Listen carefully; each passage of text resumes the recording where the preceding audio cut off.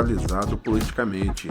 Aqui você encontra as principais notícias do Brasil e do mundo, todos os dias.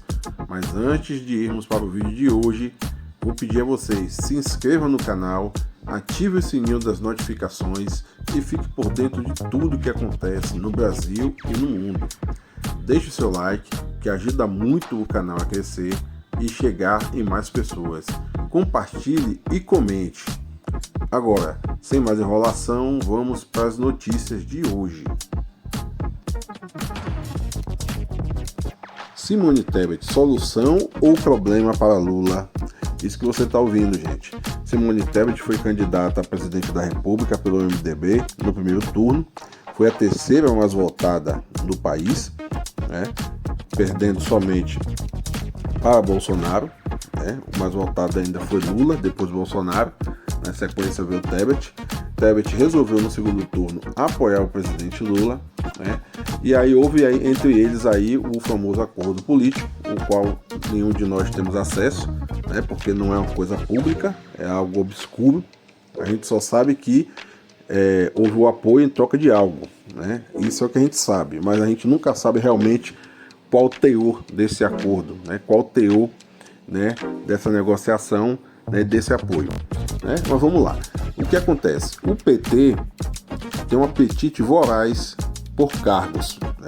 Não sei se vocês sabem, mas é uma política do próprio partido que aonde ele se estabeleça, os cargos sejam justamente dos petistas, que não entre pessoas que não fazem parte do partido. Isso é uma ideologia partidária. Eu digo isso porque na minha cidade funciona assim.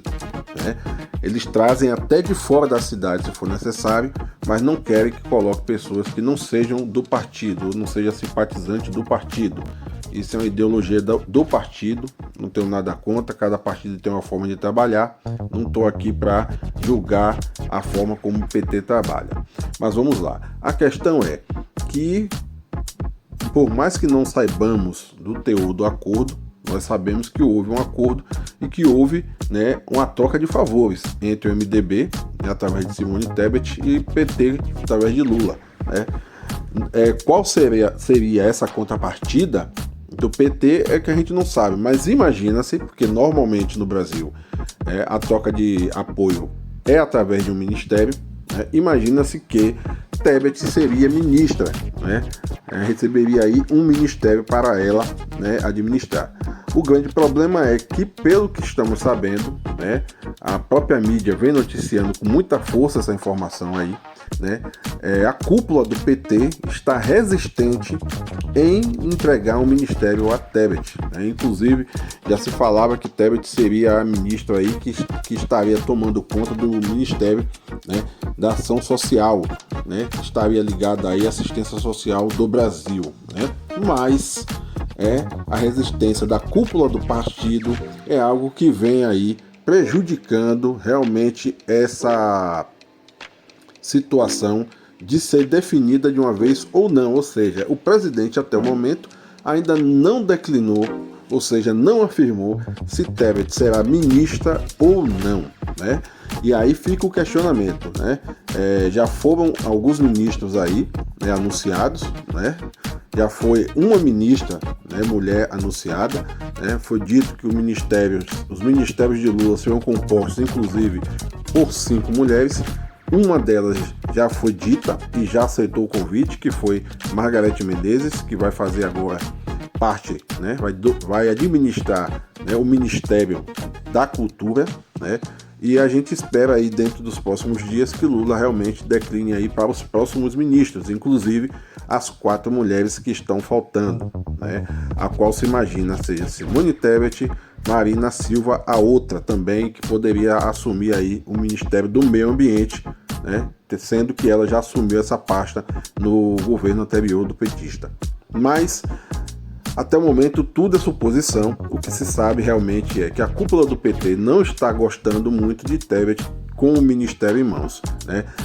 Hoje houve uma reunião entre Tebet e Alckmin, e hoje, se não me engano, hoje ou ontem houve essa reunião, e Alckmin garantiu a Tebet que ela seria ministra, Agora vamos ver aí realmente os próximos passos para saber realmente se ela vai ser ministra ou não, né? Segundo informações, Tebet informou que ministério de enfeite ela não quer, ela não deseja, né? Então aí gera um grande problema, inclusive para o próprio Lula, porque ele vai ter que enfrentar aí o partido, né, como um todo, para poder, né, cumprir com esses acordos que foram feitos, né? Esse apetite de cargo do PT não é da agora, todos os governos é assim, como eu disse na minha cidade, a ganância é terrível, trazem até de fora para poder assumir os cargos, mas não querem que pessoas de outros partidos ou que sejam neutras em políticas acabem assumindo esses cargos. Vamos ver o que vai acontecer, se o Lula realmente vai anunciar Simone Tebet como ministra ou não. Neutralizado politicamente. Aqui a notícia não para. Bom, gente, e a coisa não está legal para o presidente Jair Messias Bolsonaro, né? O TSE, né, vai apurar, né, a conduta, né, do atual presidente juntamente com a dos seus apoiadores.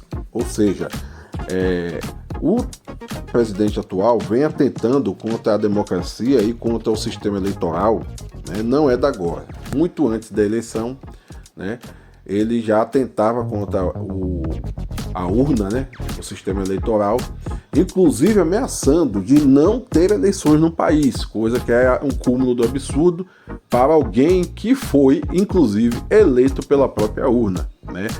E aí, diante disso, ele e seus apoiadores, né, disseminaram aí pela internet, aí, através de campanhas fake news, né, milhares, centenas de informações falsas, né, com relação ao sistema eleitoral brasileiro, querendo pôr em xeque a lisura do processo, justamente para que o sistema de votação fosse modificado, ou seja, o código fosse entregado às Forças Armadas, né, eles tivessem acesso a esse código, né, e isso não aconteceu, o TSE não forneceu o código, não deu acesso a eles, né, mas o TSE também provou realmente que existe lisura no processo eleitoral brasileiro e que não existe fraude. Inclusive, o partido do presidente entrou com pedido aí de anulação das eleições do segundo turno, questionando, né, a lisura do processo, né, mas não pediu do primeiro turno,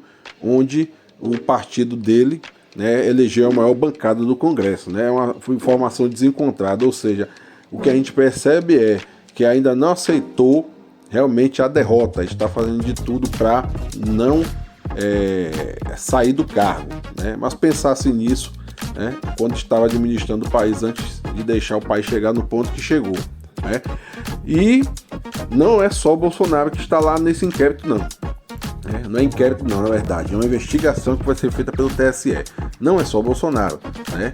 Bolsonaro e aliados. E entre os demais que vão ser investigados, na lista está Flávio Bolsonaro, Eduardo Bolsonaro, que são filhos do atual presidente Jair Messias Bolsonaro, Bia Kicis, deputada, Nicolas Ferreira, deputado também, Carla Zambelli, deputada que na véspera da eleição puxou uma pistola em plena noite, na frente de todo mundo, né? Ela puxou uma pistola para um cidadão, né, dizendo que o mesmo tinha agredido, e os vídeos estão aí na internet provando que não houve agressão nenhuma. O que houve foi simplesmente ela estar armada e achava que estava no direito de puxar uma arma para outra pessoa, né, que estava desarmado. Por isso que eu digo que o Brasil nunca vai ser um país igualitário, porque enquanto as pessoas que têm condições puderem ter armas e os pobres não puderem ter arma também, você não tem justiça social de forma nenhuma, né? Porque se aquele rapaz tivesse armado, tinha acontecido talvez uma tragédia, né? Aliás, a realidade não houve uma tragédia naquele episódio com Dona Carla Zambelli, porque tinha várias testemunhas. Se não tivessem testemunhas naquele momento ali, só Deus é quem sabe se aquele rapaz não tinha sido alvejado, né? A gente não sabe, porque a cena que foi gravada foi ela correndo atrás dele com uma pistola em punho, né, na véspera da eleição, né?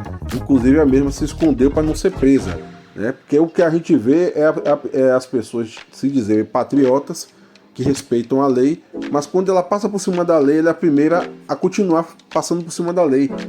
Porque se apresentar na delegacia e cumprir a lei, né, que deveria ter sido feito, isso ela não fez, né? Ela pegou e se saiu fora, né? Outro que também está lá, a lista é Gustavo Gayer, também deputado, e Magno Malta, senador. Esse aí todo mundo já conhece, né? Tem atacado o sistema eleitoral de uma forma absurda, e o que eu acho graça é todo esse pessoal que eu disse aí foi eleito pela própria urna eletrônica. Eu não sei por que eles não abriram mão do cargo deles, porque se eu fui eleito por um negócio, eu acredito que aquilo não está certo, por que eu ainda estou no cargo? Por que essas pessoas não abriram mão do cargo? Né? É nesse quesito que eu fico me preocupando como brasileiro. Será que eu sou o único que está enxergando isso? Né? As pessoas questionando o processo eleitoral, questionando a urna eletrônica, mas elas estão lá no cargo ao qual elas assumiram devido a essa mesma urna que eles estão aí chamando de fraudulenta, né? Só porque não estão aceitando a derrota. Neutralizado politicamente. Aqui a notícia não para. Bom, gente, e a PF faz aí operações contra bolsonaristas radicais.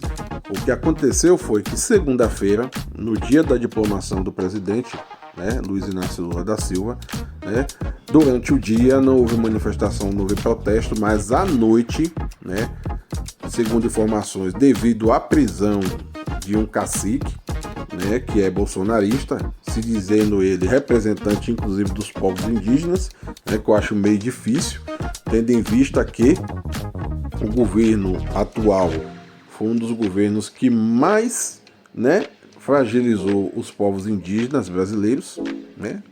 Isso aí não sou eu que estou falando, a mídia está aí para mostrar e o mundo inteiro também para falar sobre isso, né? Mas fragilizou os povos indígenas. E o que a gente viu foi que esse cacique, se dizendo representante, né, motivou atos contra a democracia, né, atos bolsonaristas contra a democracia. Ele motivou, ele incitou esses atos. E aí o ministro Alexandre de Moraes, né, solicitou a prisão desse indivíduo, né? E depois da prisão desse indivíduo, houve aí um estouro em Brasília de manifestantes aí bolsonaristas, inclusive atacando a sede da PF de Brasília, né?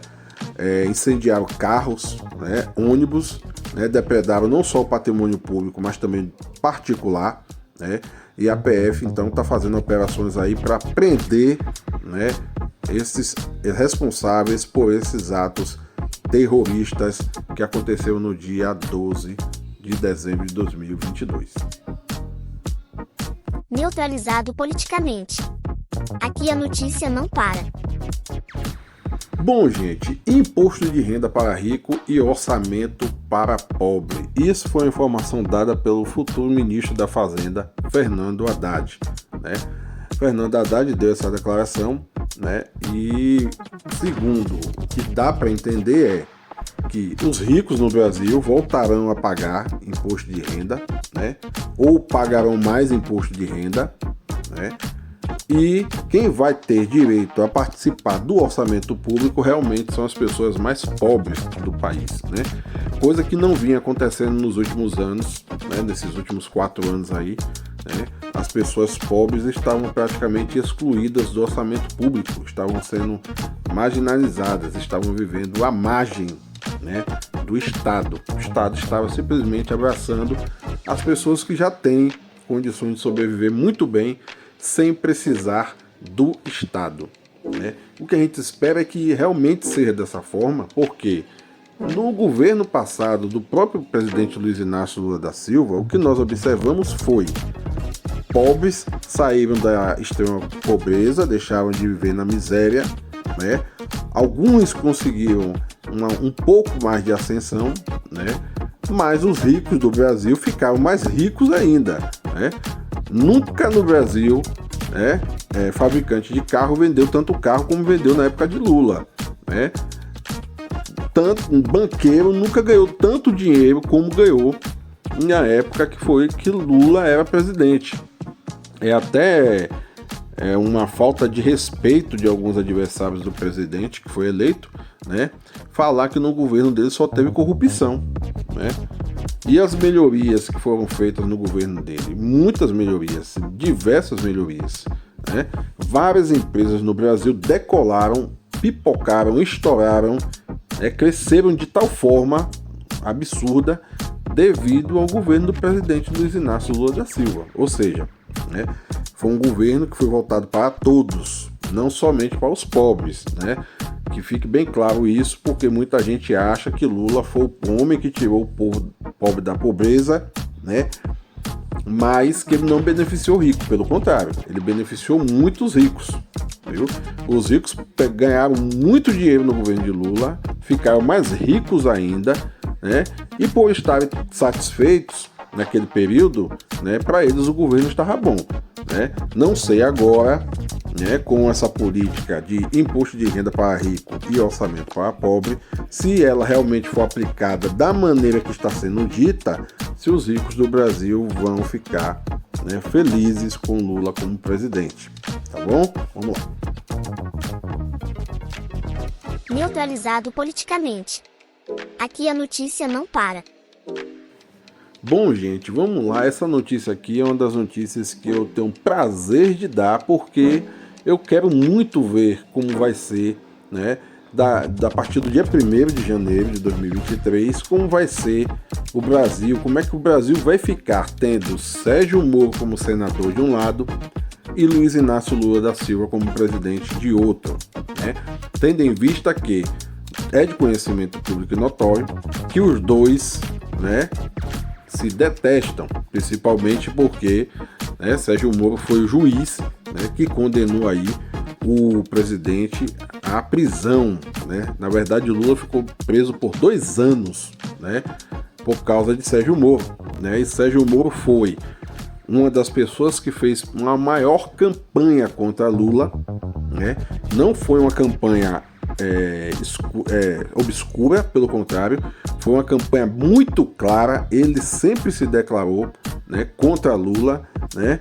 Inclusive ele resolveu apoiar Bolsonaro, que lhe deu uma facada nas costas, porque o objetivo de Moro, ao apoiar Bolsonaro e deixar de ser juiz federal, era ser indicado ao Supremo Tribunal Federal, né? E Bolsonaro deu-lhe uma facada nas costas, que eu acho que até agora essa faca ainda está encravada, quando indicou Cássio Nunes, né, e André Marques, ao invés de indicar Sérgio Moro, né? Mesmo com toda essa traição, Sérgio Moro, devido ao ódio que sente por Lula, porque eu só posso pensar que é ódio, né? Porque mesmo sendo traído, ele apoiou de forma veemente, né, a eleição de Bolsonaro, né?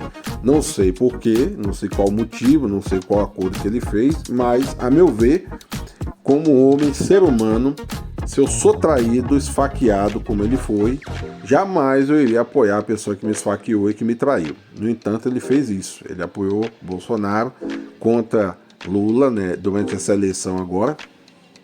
Ele já estava eleito, inclusive, ele foi eleito no primeiro turno, né, e no segundo turno ele ali começou a andar de mão dada com o Bolsonaro para poder tentar fazer Bolsonaro continuar como presidente da República, né?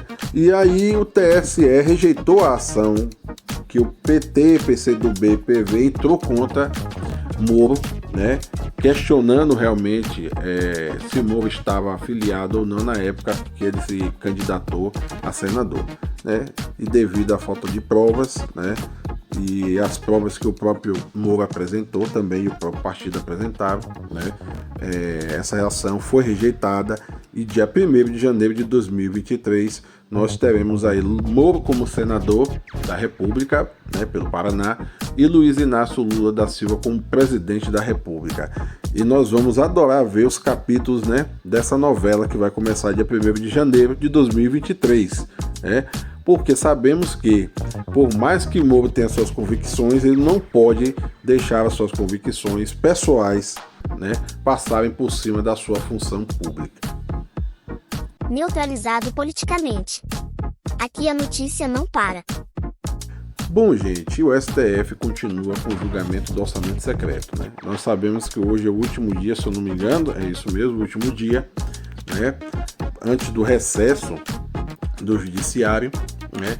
E o STF está julgando aí o orçamento secreto, né? A ministra Rosa Weber declarou seu voto ontem, né, a favor da inconstitucionalidade do orçamento secreto, né?